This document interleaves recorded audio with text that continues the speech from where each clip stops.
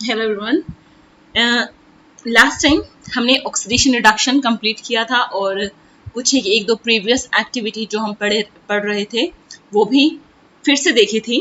ठीक है, आज के लेक्चर की शुरुआत मैं एक मोटिवेशनल कोटेशन के साथ करना चाहूँगी।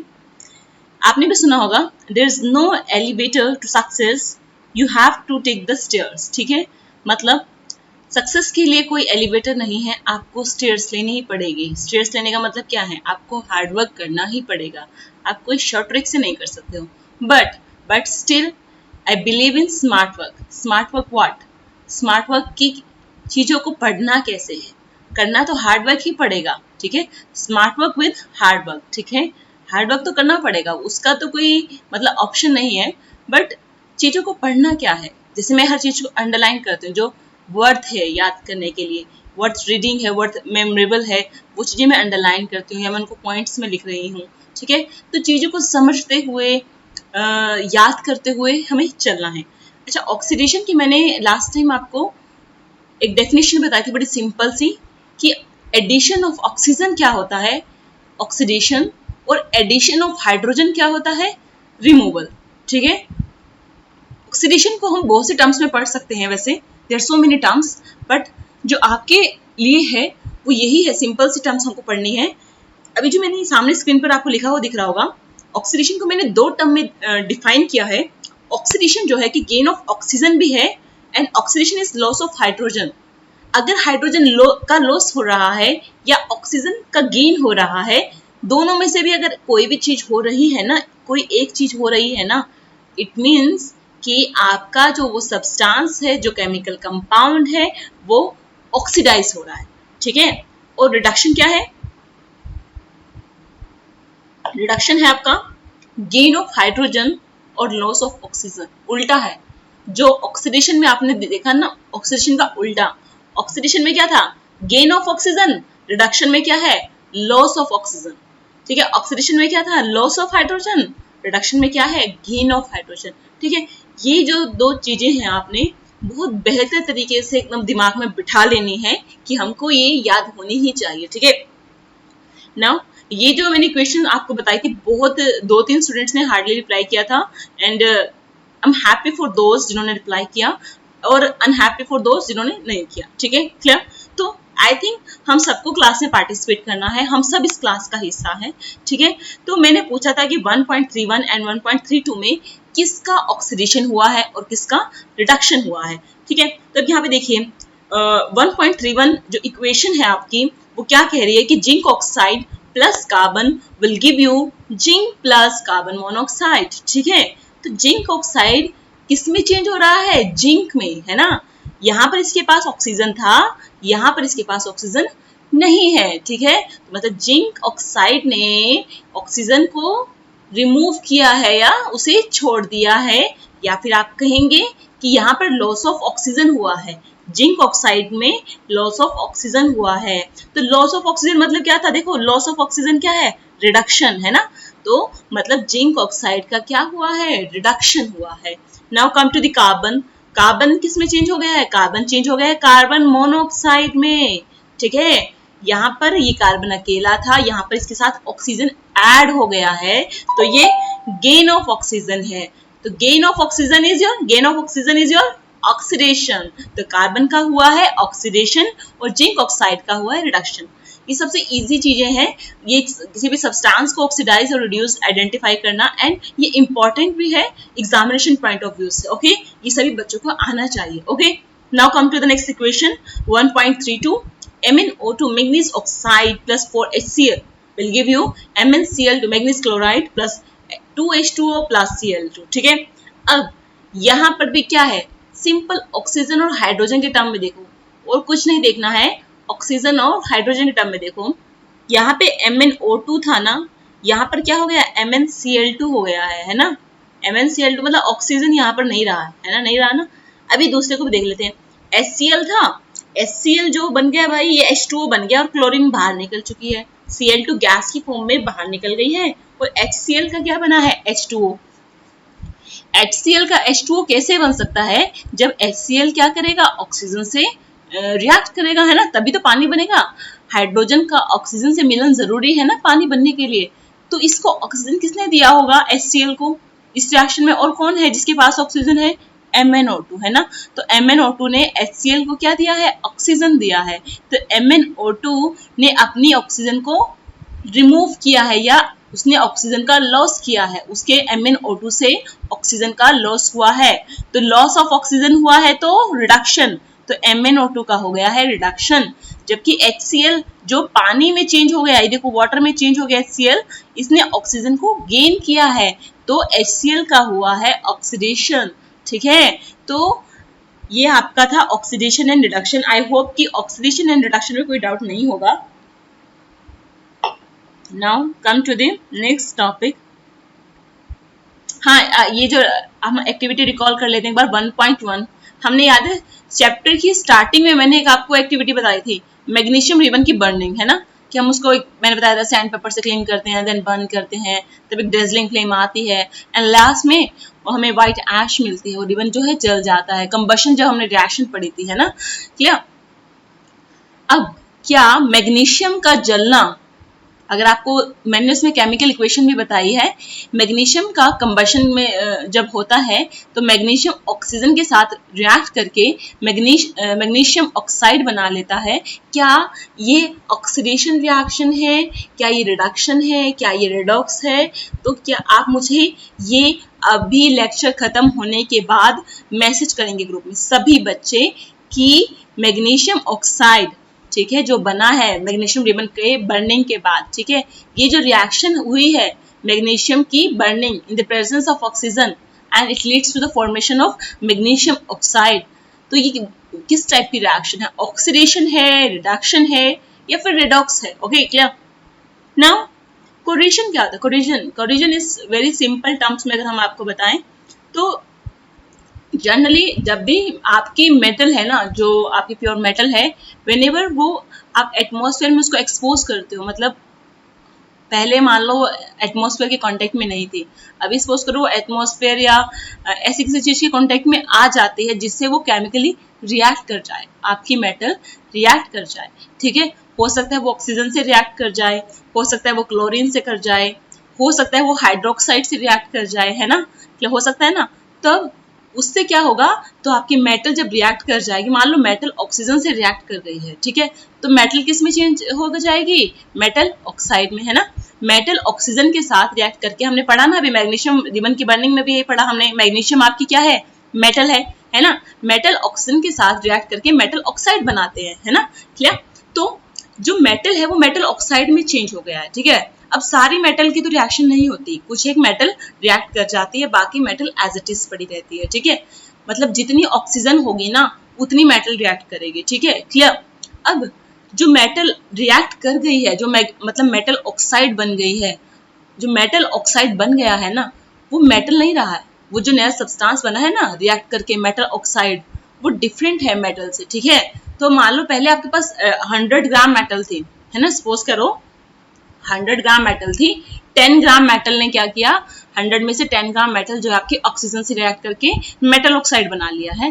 तो 10 ग्राम ने क्या बना लिया, मेटल ऑक्साइड ना। तो आपके पास प्योर मेटल कितनी बची है, 90 ग्राम, 90, है ना। 100 में से 10 जो है वो निकल गया है मेटल ऑक्साइड की फॉर्म में, तो रिमेनिंग क्या रहा, 90 ग्राम ना। तो आपके पास जो प्योर मेटल थी, क्या उसका अमाउंट कम हुआ कि नहीं हुआ, हुआ ना। अभी जो मेटल ऑक्साइड बना है वो डिफरेंट कंपाउंड है, उसकी प्रॉपर्टी मेटल की जैसे नहीं हो गई है ना, वो मेटल ऑक्साइड है। जो प्योर मेटल है उसकी प्रॉपर्टीज डिफरेंट होती हैं, ठीक है। तो मेटल ऑक्साइड जो बन गया है, मान लो वो 10 ग्राम बन गया, तो 90 ग्राम जो आपके पास प्योर मेटल बचा है, उससे क्या आपको आइडिया लगा कि मेटल आपकी डिग्रेड हो गई है या फिर करोड़ हो गई है या फिर खराब हो गई है। मतलब 100 में से 10 ग्राम हमारी मेटल वेस्ट हो गया है ऑक्सीजन के साथ रिएक्ट करके, तो हमारे पास 90 ग्राम ही बची है, ठीक है, क्लियर। उसके अलावा हमने एक चीज और पढ़नी है कि रस्टिंग क्या होती है। रस्टिंग कुछ नहीं है, रस्टिंग कोरिजन ही है, बट रस्टिंग टर्म किसके लिए यूज होती है, आयरन के लिए। रस्टिंग टर्म यूज होती है आयरन के लिए, ठीक है। जब आयरन का कोरिजन होता है, ठीक है, आयरन का कोरिजन भी बढ़ेंगे अभी, तो आपने देखा होगा आयरन को जंग लग जाता है, लोहे के जो आर्टिकल्स हैं उनको जंग लग जाता है, ठीक है। रेडिश ब्राउन पाउडर आपको दिखता होगा, है ना, वो क्या है, वो आपका आयरन जो है वो ऑक्सीजन और पानी की प्रेजेंस में रिएक्ट करके आयरन ऑक्साइड बना लेता है। वो आयरन ऑक्साइड है जो आपको रेड कलर का सब्सटेंस दिखते हैं ना लोहे के आर्टिकल्स पर, ठीक है। तो मेटल ऑक्साइड है, आयरन ऑक्साइड क्या है, मेटल ऑक्साइड ना। तो आपका जो मेटल था इससे क्या हुआ आपका, वो आपका जो मान लो आपने कोई भी आयरन का कोई भी आर्टिकल है आपके घर में, सपोज करो कोई पिलर है लाइक, ठीक है, उसमें रस्ट लग रहा है, ठीक है। तो आयरन जो थी मान लो आपने वो 1000 ग्राम से बनाया, 1 kg से आपने वो पिलर बनाया, 1 kg आयरन से। सपोज करो उसमें 100 ग्राम तो रस्टिंग में ही खराब हो गया वो, ठीक है, रस्ट में आयरन आपका खत्म हो गया। तो अब उस पिलर में क्या बचेगा, सिर्फ 900 ग्राम बच के आयरन है ना। तो आपको नहीं लगता उस पिलर की स्ट्रेंथ डे बाय डे कम होती जाएगी, है ना। पहले जो पिलर 1000 ग्राम से बना हुआ था, अब वो रस्टिंग में 100 ग्राम आयरन वेस्ट हो रहा है, अब 900 ग्राम का रह गया है। तो आपको लगता है वो पिलर धीरे धीरे धीरे धीरे खत्म होता जाएगा, है ना। एक टाइम पे वो बिल्कुल खत्म भी हो सकता है ना, क्योंकि जब सारा आयरन खत्म हो जाएगा तब पिलर भी खत्म हो जाएगा, है ना, क्लियर। तो जो हमारे आयरन के आर्टिकल्स हैं जो हम डे टू डे लाइफ में यूज करते हैं, हम इवन स्टील में भी आपने देखा होगा, अगर कोई अच्छा क्वालिटी का स्टील ना हो ना, तो बेसिकली स्टील क्या होता है, स्टील होता है मेटालॉइड। मेटालॉइड होता है जो मेटल्स और नॉन मेटल या मेटल से मिलकर बनते हैं, ठीक है। वो हम 3rd चैप्टर है आपके पास मेटल एंड नॉन मेटल्स, उसमें पढ़ेंगे। तो डोंट वरी अगर किसी को भी मेटालॉइड समझ में नहीं आया तो लिव इट, ठीक है। तो समझ लीजिए कि मेटालॉइड है आयरन, और आयरन में जब स्टील बनाते हैं ना तो आयरन में और चीजें भी डलती हैं, निकेल, कार्बन, ठीक है, क्रोमियम, ये सब कुछ डलता है, ठीक है, तब जाके वो स्टील बनता है। तो आयरन, स्टील में आयरन होता है, ठीक है, बट थोड़े अमाउंट में होता है, उतना नहीं होता, ठीक है। फिर भी कुछ जो अच्छे क्वालिटी का स्टील नहीं होता ना, उनमें भी देखना आप, उसमें भी रस्ट लग जाता है। क्यों? क्योंकि उसमें आयरन प्रेजेंट है, ठीक है, क्लियर। तो अब ये कुछ मेटल ऐसे होते हैं कि अब आयरन तो बड़ी जल्दी रिएक्ट कर जाता है, रिएक्टिव है समझो। अब आप समझो कि अब ये बोले हैं कि ब्लैक कोटिंग, अब आपके घर में मम्मी सिल्वर के आर्टिकल डालती होगी, कुछ ना कुछ ज्वेलरी, है ना, समथिंग, आप भी शायद पहनते हो सिल्वर के कुछ आर्टिकल। आपने देखा होगा जो सिल्वर का कोई भी आपका ऑर्नामेंट है, ज्वेलरी है या कुछ भी है आपके पास, वो कुछ टाइम के बाद ना, नया नया जब होता है तब तो पूरे प्रॉपर शाइन करते हैं, कुछ टाइम के बाद आपको उसमें ब्लैक कलर दिखने लग जाएगा। वो ब्लैक कलर क्या है, वो ब्लैक कलर कुछ नहीं है, वो सिल्वर सल्फाइड होता है, ठीक है। बट स्टिल अभी नाम मत याद रखना क्या है, वो मैं आगे बता दूंगी।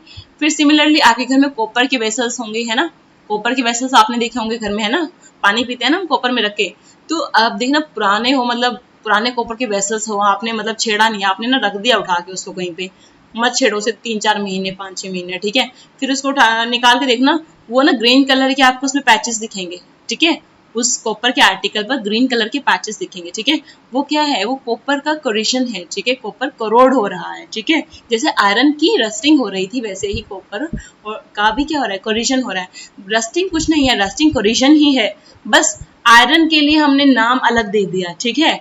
आयरन के लिए हमने उस प्रोसेस का नाम रस्टिंग दे दिया है और कुछ नहीं है। इट्स लाइक कि घर स्कूल में ऐसे तो सारे बच्चे हो ना, तुम्हारे को स्टूडेंट्स ही बोलते हैं ना सबको, तुम्हारा कॉमन नेम क्या है, सब स्टूडेंट्स ही है ना। मान लो कोई एक बच्चा ज्यादा शैतान है, उसको मैं स्टूडेंट ना बोल के कुछ उल्टा सीधा बोल दूं, है ना, वो वैसे वाला समझ, ठीक है, क्या। तो अब हमें क्या करना होता है, कोरोजन को प्रिवेंट करने के लिए हम बहुत सी चीजें करते हैं, लाइक गैल्वेनाइजेशन करते हैं, पेंट करते हैं आयरन आर्टिकल्स पर। ये सब भी हम 3rd चैप्टर में पढ़ेंगे, ठीक है। उसको 1st चैप्टर में लाने की जरूरत नहीं है इन चीजों को, क्योंकि जो चीज 3rd चैप्टर में आएगी उसको 3rd में ही पढ़ना है। मेटल और नॉन मेटल्स के हमने बेसिकली जो प्रॉपर्टीज आपके पास हैं, जो कैरेक्टरिस्टिक्स आपने पढ़ने हैं, वो 3rd चैप्टर में होंगे, ठीक है। बट हाँ, हल्का से मैंने बता दिया है कि ये जो टॉपिक है ज्यादा डिटेल में 3rd चैप्टर में देखने को आपको मिलेगा, clear. Now come to the next one, rancidity. Rancidity क्या होता है, आपने देखा होगा अगर आपके घर में लाइक मान लो मैंने आपको चिप्स दिए हैं, ठीक है, चिप्स बना के दे दिए ऑयल में, जो होते हैं ना तल के बना के देते हैं, ठीक है। अब वो जो चिप्स हैं, अगर आप कुछ दिन फ्रेश रहेंगे ना, 1-2 दिन तक, तो वो सही लगेंगे, टेस्ट उनका सही लगेगा। अगर वो मतलब 1 महीना हो गया उनको बनाए हुए, ठीक है, मैंने ऐसे रखे हुए थे वो, और 1 महीने बाद अगर आप उसको खाओगे ना चिप्स को, आपको उसमें स्मेल आएगी, ठीक है, स्मेल मतलब अजीब सी स्मेल आएगी आपको, वो स्मेल मतलब अच्छी स्मेल नहीं होगी, बैड स्मेल, ठीक है, क्लियर। आप ये चीजें आप घर में भी एक्सपीरियंस कर सकते हो। अगर रिफाइंड ऑयल होता है ना, घर में रिफाइंड ऑयल यूज करते हैं, अगर रिफाइंड ऑयल बहुत पुराना हो ना, लाइक 4-5 मंथ्स पुराना हो, तो उसमें से भी बड़ी अजीब सी स्मेल आने लग जाती है, ठीक है, क्लियर। तो अब देख लेना, यहाँ पर मैं थोड़ा सा हल्का सा बता देती हूँ, डेंसिटी होती क्या है। व्हेन फैट्स एंड ऑयल्स, ठीक है, fats and oils are oxidise, जब वो ऑक्सीडाइज हो जाएंगे, ऑक्सीडाइज समझ गए ना, जब फैट एंड ऑयल में क्या होगा, एडिशन ऑफ ऑक्सीजन, ठीक है, दे बिकम रैंसिड, उन्हें हम बोलेंगे कि वो रैंसिड हो गए हैं।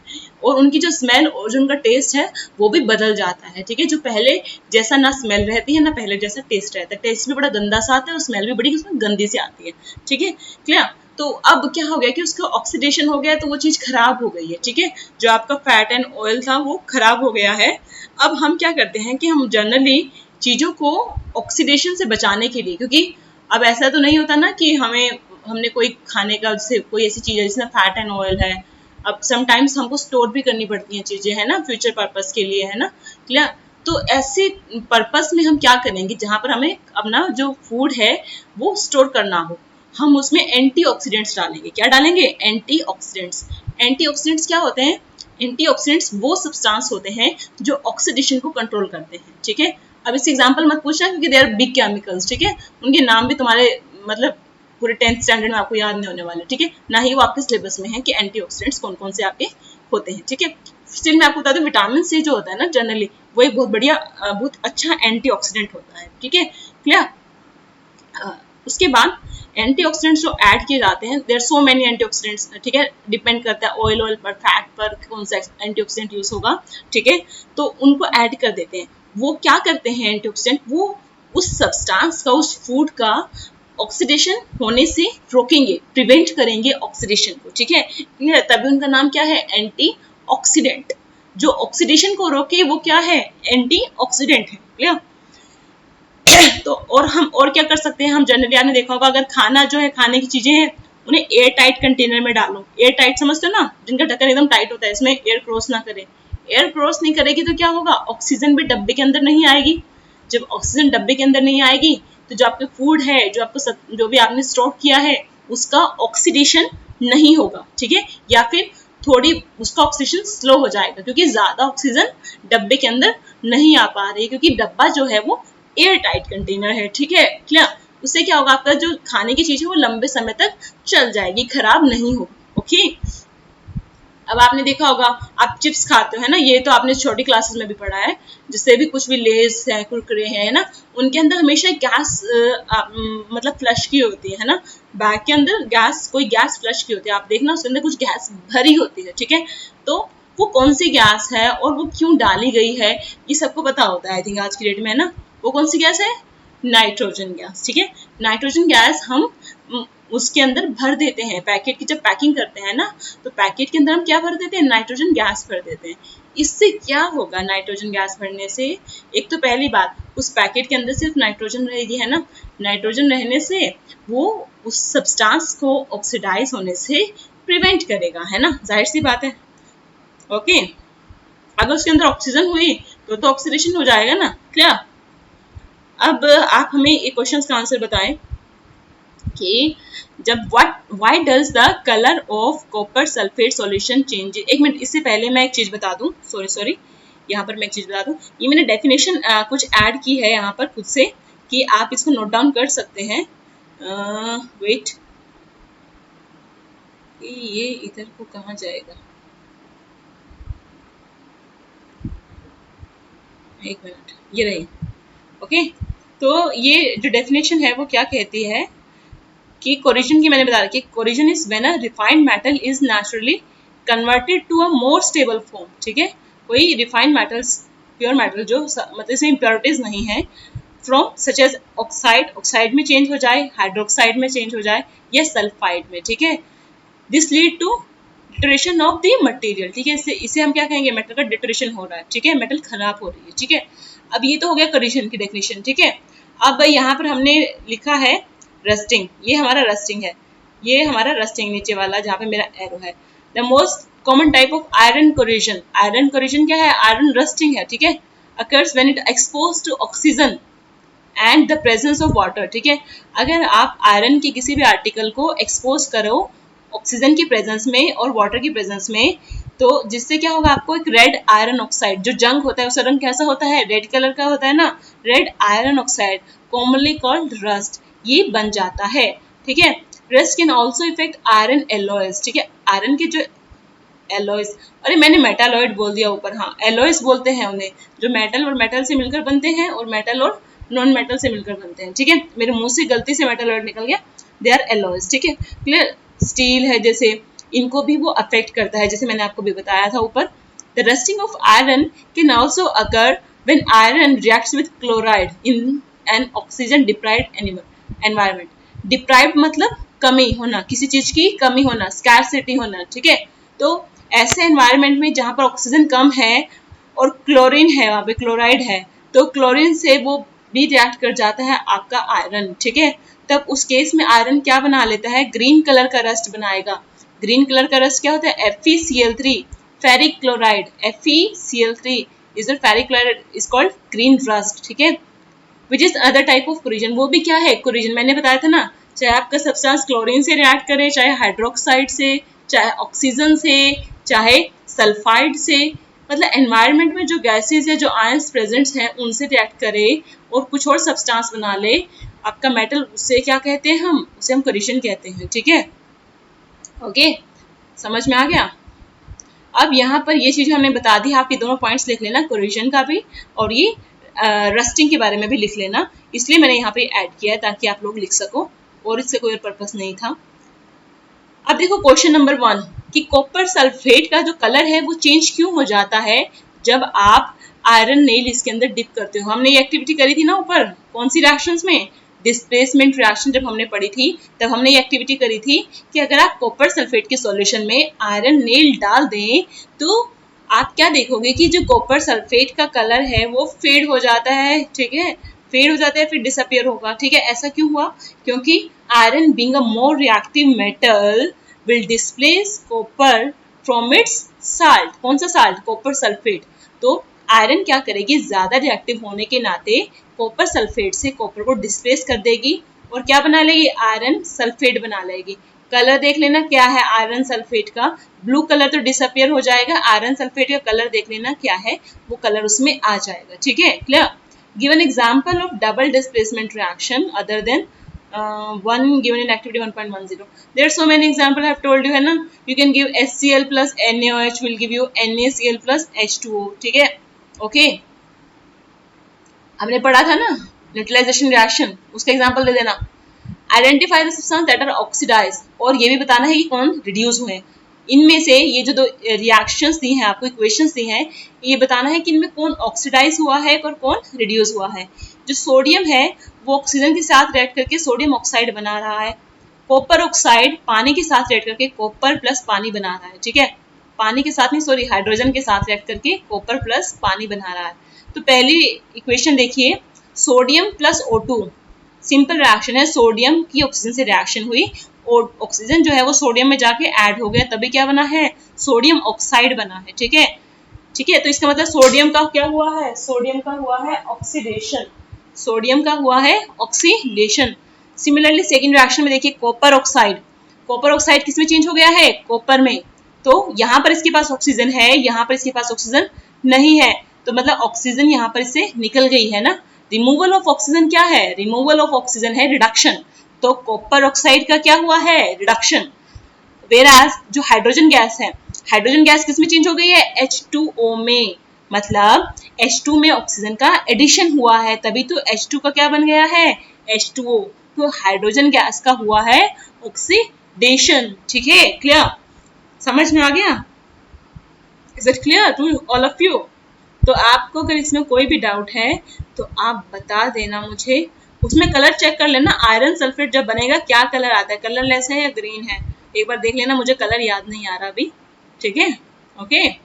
नाउ इसके बाद कुछ क्वेश्चन मैं आपके साथ डिस्कस कर लेती हूँ, जस्ट लाइक अब ये वाली रिएक्शन है विच ऑफ द, और एक बात सुनना, क्वेश्चन जो आते हैं ना पेपर में डायरेक्ट क्वेश्चंस कम आते हैं, और जो कंसेप्चुअल क्वेश्चंस हैं केमिस्ट्री में, I am talking about chemistry, ठीक है, केमिस्ट्री में कंसेप्चुअल क्वेश्चन ज्यादा आते हैं, लाइक जिसमें आपकी अंडरस्टैंडिंग चेक करती है, जैसे ये वाला क्वेश्चन है, ये अंडरस्टैंडिंग बेस्ड क्वेश्चन है, ठीक है। लेड ऑक्साइड की रिएक्शन दिखा दी है, कार्बन के साथ क्या बना रहा है, लेड बन रहा है और कार्बन डाइऑक्साइड बन रहा है, ठीक है। आप इनकी साथ में हमेशा नोट करना कि जब भी देखो कभी भी कोई केमिकल इक्वेशन ये लोग लिख रहे हैं ना, साथ में फिजिकल स्टेट भी मेंशन कर रहे हैं ब्रैकेट में। एस का मतलब है सॉलिड, यहाँ भी एस का मतलब सॉलिड है, और लेड भी सॉलिड है, और जो कार्बन डाइऑक्साइड है वो तो गैस होती है, तो ब्रैकेट में लिखा है जी, क्लियर। अब हमें ये बताओ कि इनमें से कौन सा ऑप्शन करेक्ट है। Lead is getting reduce, carbon dioxide is getting oxidise, carbon is getting oxidise और lead oxide is getting reduce. ये मत सोचना कि जो इसमें क्वेश्चन दिए गए हैं एनसीईआरटी में वही क्वेश्चन पेपर में आएंगे, ऐसा जरूरी नहीं होता। ठीक है, क्वेश्चन तो कहीं से भी आ सकता है, क्वेश्चन वो खुद से भी बना के दे सकता है, बट आपका जो सिलेबस है वो वही रहता है जो आपको एनसीईआरटी में दिया हुआ है। ठीक है, उसी की अंडरस्टैंडिंग के बेस पर ही आपको कोई क्वेश्चन आएगा। ठीक है, अब देखो लेड ऑक्साइड जिसमें दिमाग होगा ना वो पहले ऑप्शन मत चूज करो, पहले इक्वेशन को समझो। ठीक है, इक्वेशन क्या कहती है कि लेड ऑक्साइड लेड में चेंज हो रहा है ना, यहाँ पे इसके पास ऑक्सीजन था, यहाँ पर इसके पास ऑक्सीजन नहीं है। ठीक है, मतलब इसने अपना ऑक्सीजन लॉस किया है ना, लॉस किया है ना, इसका ऑक्सीजन का लॉस हुआ है तो मतलब रिडक्शन, लॉस ऑफ ऑक्सीजन क्या है, रिडक्शन। क्लियर। अब यहाँ पे देखो कार्बन जो है, कार्बन डाइऑक्साइड में चेंज हो गया है, मतलब कार्बन में एडिशन ऑफ ऑक्सीजन हुआ है, मतलब कार्बन का ऑक्सीडेशन हुआ है। ठीक है, दो चीजें आपको अगर आपने पहले रिएक्शन देखनी है, कंक्लूड कर लिया कि लेड ऑक्साइड का तो क्या हुआ है, रिडक्शन, और कार्बन का हुआ है ऑक्सीडेशन, लिख लिया। अब तुम ऑप्शन चेक करो, lead is getting reduce, lead तो रिड्यूस नहीं हो रहा, लेड ऑक्साइड रिड्यूस हो रहा है। ठीक है, ऐसे कंफ्यूज करता है वो, लेड नहीं रिड्यूस हो रहा, लेड तो यहाँ पे बना है। ठीक है, carbon dioxide is getting oxidise, नहीं कार्बन डाइऑक्साइड तो प्रोडक्ट है ना, carbon is getting oxidise, yes carbon is getting oxidise, मतलब third option is correct. Now fourth, lead oxidise is getting reduce, हाँ लेड ऑक्सीडाइज ही रिड्यूस हो रहा है, तो मतलब सी और डी आपके जो ऑप्शन है वो करेक्ट है। तो सी और डी किसमें इन्होंने पूछा है इनकरेक्ट, इनकरेक्ट स्टेटमेंट बतानी है, कौन सी स्टेटमेंट इनकरेक्ट है, सी और डी तो करेक्ट हो गए ना, ए और बी क्या हो गए, इनकरेक्ट, तो लिख देना first option A and B क्या है, इनकरेक्ट रिएक्शन। अब ये जो रिएक्शन है देखिए यहाँ पर, ये रिएक्शन हम आपको बता दें, बहुत इंपॉर्टेंट रिएक्शन है, सेकंड इक्वेशन। ये जो है आयरन ऑक्साइड एल्यूमिनियम के साथ रिएक्ट कर रहा है ना, एल्यूमिनियम के साथ रिएक्ट करके क्या बनाया है, एल्यूमिनियम ऑक्साइड बनाया है और आयरन बाहर निकल गया है। ठीक है, आपको क्या लगा कि देखो एल्यूमिनियम ने आयरन को हटाया है इसकी जगह से, है ना, एल्यूमिनियम उसकी जगह आ गया ना, आयरन को हटाया है, तो एक मेटल ने दूसरे को उसके कंपाउंड से या उसके साल्ट से हटा दिया है। ठीक है, तो एक मेटल ने दूसरे को उसके साल्ट से हटाया है ना, तो ये कैसी रिएक्शन है, ये आपकी डिस्प्लेसमेंट रिएक्शन है। ठीक है, क्लियर। अब ये डिस्प्लेसमेंट रिएक्शन है, इस रिएक्शन को हम एक और नाम से जानते हैं, that is known as, this reaction is also known as thermite reaction, THERMIT। ये थर्मिट रिएक्शन, थर्मिट रिएक्शन क्यों कहा है इसको, क्योंकि ये जो आपका आयरन ऑक्साइड है जब एल्यूमिनियम के साथ रिएक्ट करता है, एल्यूमिनियम ऑक्साइड प्लस आयरन बना लेता है, यहाँ पर इस रिएक्शन में बहुत सारी हीट इवॉल्व होती है। ठीक है, ये रिएक्शन आपको थर्ड चैप्टर में भी फिर से आएगी, डोंट वरी अबाउट इट, अगर आपको भी समझ में ना आए तो डोंट वरी, बट ये समझ में आना चाहिए कि डिस्प्लेसमेंट कैसे है। ठीक है, ओके, यहाँ पर बहुत सारी हीट इवॉल्व होगी, तो हीट इतनी ज्यादा enormous amount of heat evolve होता है इस रिएक्शन में कि ये जो आयरन निकला है ना सॉलिड स्टेट में, ये मेल्ट हो जाता है, इतनी एनॉर्मस अमाउंट ऑफ हीट यहाँ पर रिलीज होती है। अब ये जो आयरन जो सॉलिड होता है जनरली, वो इस हीट में क्या हो गया, मेल्ट हो गया, मतलब लिक्विड फॉर्म में आ गया। तो ये जो रिएक्शन है, हम इसकी बहुत अच्छी खासी एप्लीकेशन है, जैसे कोई मशीनरी पार्ट आपका में ब्रेकेज हो गई है किसी मशीनरी पार्ट में, और वो मशीन आपकी आयरन की बनी हुई है, तो आप क्या करोगे, वहां पे ये रिएक्शन परफॉर्म कराओगे, और जो मेल्टेड आयरन है, मोल्टेड आयरन है आपका, उसको जहां पर भी मतलब ब्रेकेज है वहां पर उसे फिल कर दोगे। ठंडा होने के बाद, है ना, जब तो गर्म होगा तब तो मेल्टेड रहेगा, धीरे धीरे वो क्या होगा, ठंडा होगा आयरन, है ना, रूम टेम्परेचर पे, तो जब वो ठंडा होगा वो फिर से सॉलिड में आ जाएगा। ठीक है, इससे आपका क्या होगा, जो मशीन पार्ट में ब्रेकेज थी वो भी फिल हो गई। ठीक है, क्लियर। तो ये रिएक्शन बहुत इंपॉर्टेंट है, और ये रिएक्शन क्या है, अब पहला ऑप्शन है कॉम्बिनेशन, कॉम्बिनेशन है नहीं, कॉम्बिनेशन बताया था कि दो चीजें मिलकर, दो या दो से ज्यादा चीजें मिलकर एक नई चीज बनाती है। ठीक है, वो कॉम्बिनेशन होता है। डबल डिस्प्लेसमेंट नहीं है, क्योंकि मैंने बताया था डबल डिस्प्लेसमेंट में क्या होता है, बिल्कुल एक्सचेंज होता है आयन का। यहाँ पे अगर एल्यूमिनियम के पास भी कोई अनायन होता ना, एल्यूमिनियम अकेला है ना, अगर इसके पास भी ये भी अपने कंपाउंड की फॉर्म में होता, आयरन एल्यूमिनियम की जगह ले रहा होता, एल्यूमिनियम आयरन की जगह ले रहा होता, तब ये डबल डिस्प्लेसमेंट होते, बट ऐसा नहीं है, एल्यूमिनियम यहाँ पे अकेला है, तो ऐसे केस में कौन सी रिएक्शन होगी, डिस्प्लेसमेंट होगी। तो सी है कि डिकम्पोजिशन है, नहीं जी डिकम्पोजिशन नहीं है, डी डिस्प्लेसमेंट, यस डी भी ऑप्शन में टिक करना है कि डिस्प्लेसमेंट रिएक्शन है। क्लियर। अब देखो what happens when dilute hydrochloric acid is added to iron fillings, क्या होगा अगर आप हाइड्रोक्लोरिक एसिड को आयरन फिलिंग्स पर डालें, टिक द करेक्ट ऑप्शन, ठीक है।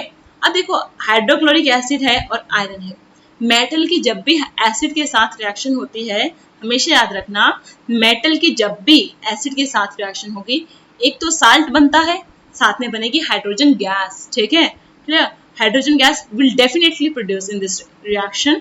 तो हम क्या लिखेंगे यहाँ पर, अब आप इसकी केमिकल इक्वेशन लिख के बताओ मुझे। आप मुझे ग्रुप में अभी लेक्चर खत्म होने के बाद मुझे केमिकल इक्वेशन प्रोवाइड करो कि हाइड्रोक्लोरिक तो पता है ना, HCl, और आयरन फीलिंग मतलब सिंपल सॉलिड आयरन, ठीक है। HCl की रिएक्शन करानी है आयरन के साथ, उसको बैलेंस भी करके देखना, ठीक है।